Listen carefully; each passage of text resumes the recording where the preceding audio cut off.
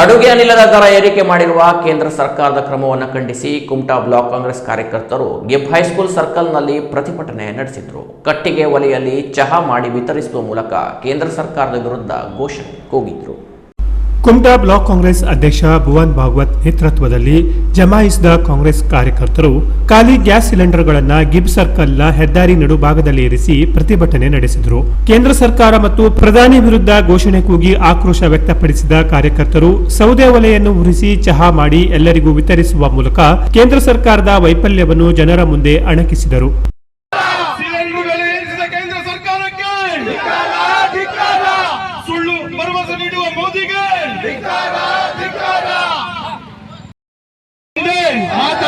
ಜನ ವಿರೋಧಿ ಕೇಂದ್ರ ಸರ್ಕಾರಕ್ಕೆ,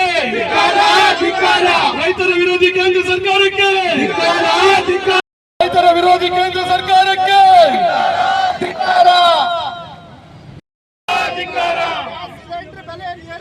ಬಿಜೆಪಿ ಸರ್ಕಾರಕ್ಕೆ ಸಿಲಿಂಡರ್ ಬೆಲೆ ಏರಿಸಿದ ಕೇಂದ್ರ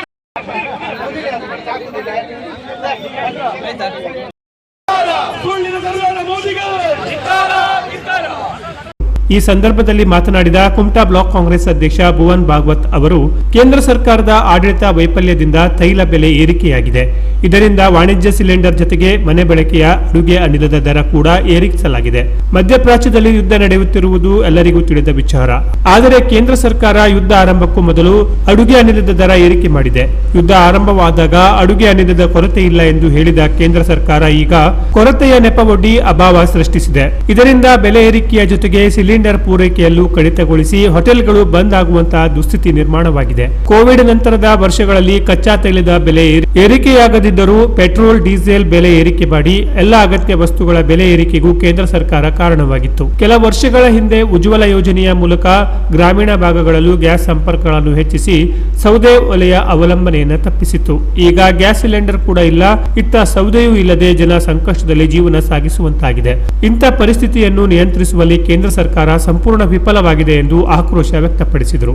ನಮ್ಮ ತಾಲೂಕಿನಲ್ಲಿ ಇರಬಹುದು, ನಮ್ಮ ಜಿಲ್ಲೆಯಲ್ಲಿ ಇರಬಹುದು, ಅಥವಾ ನಮ್ಮ ರಾಜ್ಯದಲ್ಲಿ, ಇಡೀ ದೇಶದಲ್ಲಿ ಇವತ್ತು ಯಾವ ಪರಿಸ್ಥಿತಿ ಬಂದಿದೆ ಅಂತ ತಮ್ಗೆಲ್ಲರಿಗೂ ಕೂಡ ಅದರ ಮಾಹಿತಿ ಇದೆ. ದೇಶಾದ್ಯಂತ ಅನಿಲದ ಕೊರತೆ ಬಹುಶಃ ಕೇಂದ್ರ ಸರ್ಕಾರದ ಬಹುದೊಡ್ಡ ವೈಫಲ್ಯ ಇವತ್ತು ಎದ್ದು ಕಾಣ್ತಾ ಇದೆ. ನಾನು ಬಹಳ ದೂರ ಹೋಗ್ಲಿಕ್ಕಿಲ್ಲ, ಬಹುಶಃ ಪತ್ರಕರ್ತ ಮಿತ್ರರೆಲ್ಲರೂ ಕೂಡ ಇಲ್ಲಿದ್ದೀರಿ. ನಮ್ಮ ಕುಮಟಾ ಸುತ್ತಮುತ್ತಲೇ ಎಷ್ಟೊಂದು ಹೋಟೆಲ್ಗಳಲ್ಲಿ ನಾನು ಯಾವುದೇ ಒಂದು ವೈಯಕ್ತಿಕ ಹೆಸರನ್ನು ಹೇಳಲಿಕ್ಕೆ ಬಯಸುವುದಿಲ್ಲ. ಎಲ್ಲ ಹೋಟ್ಲಲ್ಲಿ ಕೂಡ ಈಗಾಗಲೇ ಬೋರ್ಡ್ ಅನ್ನು ಹಾಕಿದ್ದಾರೆ. ಗ್ಯಾಸ್ ಸಿಲಿಂಡರ್ ಸಪ್ಲೈ ಅನಿಲದ ಕೊರತೆಯಿಂದ ನಮಗೆ ಅಡಿಗೆ ಮಾಡಲಿಕ್ಕೆ ಸಾಧ್ಯ ಇಲ್ಲ ಅಂತ ಬೋರ್ಡ್ ಹಾಕಿದ್ದಾರೆ. ನಾನು ಎಲ್ಲೂ ಕೂಡ ದೂರದ ಉದಾಹರಣೆ ಕೊಡ್ಬೇಕು, ನಮ್ಮ ಕಣ್ಮುಂದನೆ ಇಂಥದ್ದು ನಡೀತಾ ಇದೆ. ಬಹುಶಃ ಕೇಂದ್ರ ಸರ್ಕಾರಕ್ಕೆ ಒಂದು ಸುಳ್ಳು ಹೇಳುವಂತದ್ದು ರೂಢಿ ಆಗ್ಬಿಟ್ಟಿತ್ತು. 10-12 ವರ್ಷಗಳಿಂದ ಅವ್ರು ಹೇಳ್ತಾ ಬಂದಿರುವಂತದ್ದೆಲ್ಲ ಸುಳ್ಳೆ. ಬಿಜೆಪಿ ಅವರ ಮನೆ ದೇವರೇ ಸುಳ್ಳು ಅಂತ ಹೇಳಿದ್ರೆ ತಪ್ಪಾಗ್ಲಿಕ್ಕಿಲ್ಲ. ಮಾಧ್ಯಮ ಮಿತ್ರರು ಇಲ್ಲಿ ಬಂದಿದ್ದೀರಿ, ತಾವು ಒಂದು ವಿಷಯವನ್ನ ಗಮನಿಸಬೇಕು. ಎಷ್ಟು ಒಂದು ಚಂದದ ರೀತಿಯಲ್ಲಿ ಜನರಿಗೆ ಮೋಸವನ್ನ ಕೇಂದ್ರ ಸರ್ಕಾರ ಮಾಡ್ತದೆ ಹೇಳಿ. ಮೊದಲಿಗೆ ಹೇಳಿದ್ರು ನಮ್ಮಲ್ಲಿ ಎಲ್ಲೂ ಕೂಡ ಅನಿಲದ ಕೊರತೆ ಇಲ್ಲ ಅಂತ ಹೇಳಿದ್ರು, ಹೌದಲ್ವಾ? ಎಲ್ಲೂ ಕೂಡ ಅನಿಲದ ಕೊರತೆ ಇಲ್ಲ ಅಂದ್ರು. ತಕ್ಷಣ ಅನಿಲದ ದರವನ್ನ ಏಕಾಏಕಿ ಏರಿಕೆ ಮಾಡಿದ್ರು. ಕಮರ್ಷಿಯಲ್ ಸಿಲಿಂಡರ್ಗೆ 100 ರೂಪಾಯಿ ಚಿಲ್ಲರೆ ಮಾಡಿದ್ರೆ ಮನೆ ಬಳಕೆ ಗ್ಯಾಸ್ಗಳಿಗೆ 60 ರೂಪಾಯಿ ಚಿಲ್ಲರೆ ಮಾಡಿದ್ರು. ಗ್ಯಾಸ್ ರೇಟ್ ಅನ್ನು ಏರಿಸಿದ್ರು. ತಕ್ಷಣ ಗ್ಯಾಸ್ ನ ಸಪ್ಲೈ ಕೂಡ ನಿಲ್ಲಿಸಿದ್ರು. ಇದರಿಂದ ಬಹಳ ಸ್ಪಷ್ಟವಾಗಿ ಗೊತ್ತಾಗ್ತದೆ ಕೇಂದ್ರ ಸರ್ಕಾರದ ಬೇಜವಾಬ್ದಾರಿತನ, ಕೇಂದ್ರ ಸರ್ಕಾರದ ವೈಫಲ್ಯ ನಮಗೂ ಕೂಡ ಅರಿವಿದೆ. ಯಾವುದೋ ಒಂದು ಪ್ರಪಂಚದ ಭಾಗದಲ್ಲಿ ಯುದ್ಧ ಆದ್ರೆ ಖಂಡಿತವಾಗ್ಲೂ ಏನೋ ವ್ಯತ್ಯಾಸಗಳಾಗ್ತದೆ, ಸಮಸ್ಯೆಗಳಾಗ್ತದೆ ಹೇಳುವಂತ ಅರಿವು ಎಲ್ಲರಿಗೂ ಕೂಡ ಇದೆ. ಆದ್ರೆ ಇಂಥದ್ದೊಂದು ಪ್ರಸಂಗ ಬರ್ತದೆ, ಇಂಥದ್ದೊಂದು ಸಂದರ್ಭ ಬಂದಾಗ ಹೇಗೆ ತಯಾರಿ ಮಾಡ್ಕೊಳ್ಬೇಕು ಹೇಳುವ ಕನಿಷ್ಠ ಜವಾಬ್ದಾರಿಯನ್ನು ಕೂಡ ಇವತ್ತು ಕೇಂದ್ರ ಸರ್ಕಾರ ಮಾಡ್ಲಿಲ್ಲ ಹೇಳುವಂತದ್ದು ನಮ್ಮ ಕಣ್ಮುಂದೆ ಕಾಣಿಸ್ತಾ ಇದೆ ಅಂತ ಹೇಳಿದ್ರೆ ತಪ್ಪಾಗ್ಲಿಕ್ಕಿಲ್ಲ. ಬರೀ ಸುಳ್ಳನ್ನು ಹೇಳುವಂತದ್ದು. ಬಹುಶಃ ಕೇಂದ್ರ ಸರ್ಕಾರದ ಒಂದು ವೈಫಲ್ಯ,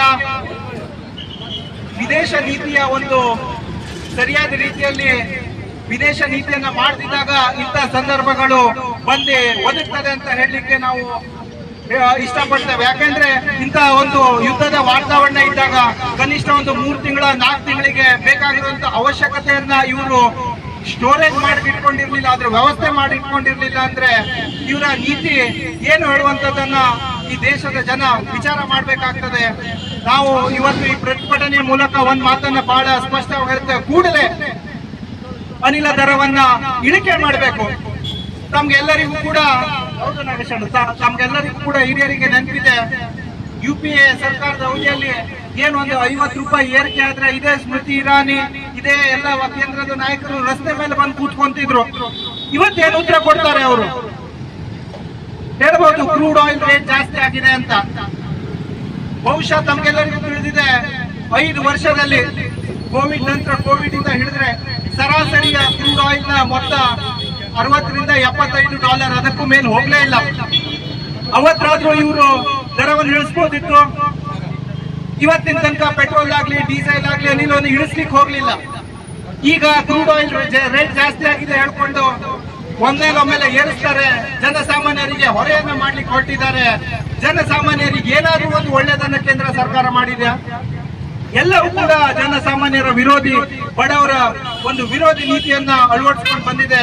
ನಾವು ಈ ಪ್ರತಿಭಟನೆ ಮೂಲಕ ಒಂದು ಸಂದೇಶವನ್ನು ಕೊಡ್ಲಿಕ್ಕೆ ಇಷ್ಟಪಡ್ತೇವೆ. ಕೂಡಲೇ ಏನು ಈ ಗ್ಯಾಸ್ ಸಪ್ಲೈಯಲ್ಲಿ ವ್ಯತ್ಯಾಸ ಆಗಿದೆ ಅದನ್ನ ಈ ಕೂಡಲೇ ಸರಿ ಮಾಡಬೇಕು.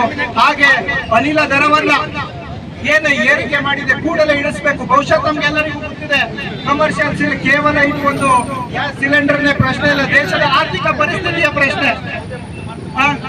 ಹೇಳ್ತಾರೆ, ನೀವು ಯೋಚನೆ ಮಾಡಿ, ಎಷ್ಟೋ ಜನ ಕೆಲಸಕ್ಕೆ ಹೋಟ್ಲನ್ನೇ ನಂಬ್ಕೊಂಡಿದ್ರು, ಒಂದು ಜೀವನವನ್ನ ನಂಬ್ಕೊಂಡಿದ್ರು. ಇವೆಲ್ಲವೂ ಕೂಡ ವ್ಯತ್ಯಾಸ ಆಗ್ತದೆ. ಅದೇನೋ ಉಜ್ವಲ ಸ್ಕೀಮ್ ಅಂತ ತಂದ್ರು. ನೀವೆಲ್ಲರೂ ಕೂಡ ಸೌದೆ ಮುಕ್ತ ಭಾರತ ಮಾಡಬೇಕು, ನಾವೆಲ್ಲ ಗ್ಯಾಸ್ ಕೊಡ್ತೇವೆ ಅಂತ ಹೇಳಿದ್ರು. ಈಗ ಗ್ಯಾಸು ಇಲ್ಲ, ಸೌದೆನೂ ಇಲ್ಲ, ಕೊಂಡ್ಕೊಳ್ಳುವ ಶಕ್ತಿನೂ ಇಲ್ಲ. ಅಷ್ಟು ಮಾಡಿ ಇವತ್ತು ಕೇಂದ್ರ ಸರ್ಕಾರ ನಮ್ಗೆಲ್ಲರಿಗೂ ತಂದು ನಿಲ್ಸಿದೆ. ಅದರ ಪ್ರಯುಕ್ತ ಇವತ್ತು ನಾವು ಸೌದೆ ಒಲೆಯಲ್ಲಿ ಚಹಾವನ್ನ ವಿತರಣೆ ಮಾಡುವ ಮೂಲಕ ಪ್ರತಿಭಟನೆಯನ್ನ ಮಾಡ್ಲಿಕ್ಕಿದ್ದೇವೆ ಅಂತ ಈ ಸಂದರ್ಭದಲ್ಲಿ. ಪ್ರತಿಭಟನೆಯಲ್ಲಿ ಕಾಂಗ್ರೆಸ್ ಮುಖಂಡರಾದ ಹೊನ್ನಪ್ಪ ನಾಯಕ್, ರತ್ನಾಕರ ನಾಯಕ್, VL ನಾಯಕ್, ಮಧುಸೂದನ್ ಶೇಟ್, ಅಶೋಕ್ ಗೌಡ, ರಾಘವೇಂದ್ರ ಪಟಗಾರ್, ಯುವ ಕಾಂಗ್ರೆಸ್ ಅಧ್ಯಕ್ಷ ವೈಭವ ನಾಯ್ಕ್, ಹನುಮಂತ ಪಟಗಾರ್, ಮೂರ್ತಿ ನಾಯ್ಕ್, ನಾಗರಾಜ್ ನಾಯ್ಕ್, ಕಾಂತರಾಜ್ ನಾಯ್ಕ್, ಹನೀಫ್ ಸಾಬ್, ಜಗದೀಶ್ ಹರಿಕಂತ್ರ, ನಾಗರಾಜ್ ಹಿತ್ತಲಮಕ್ಕಿ ಇತರರು ಇದ್ದರು. Canara plus news, Kumta.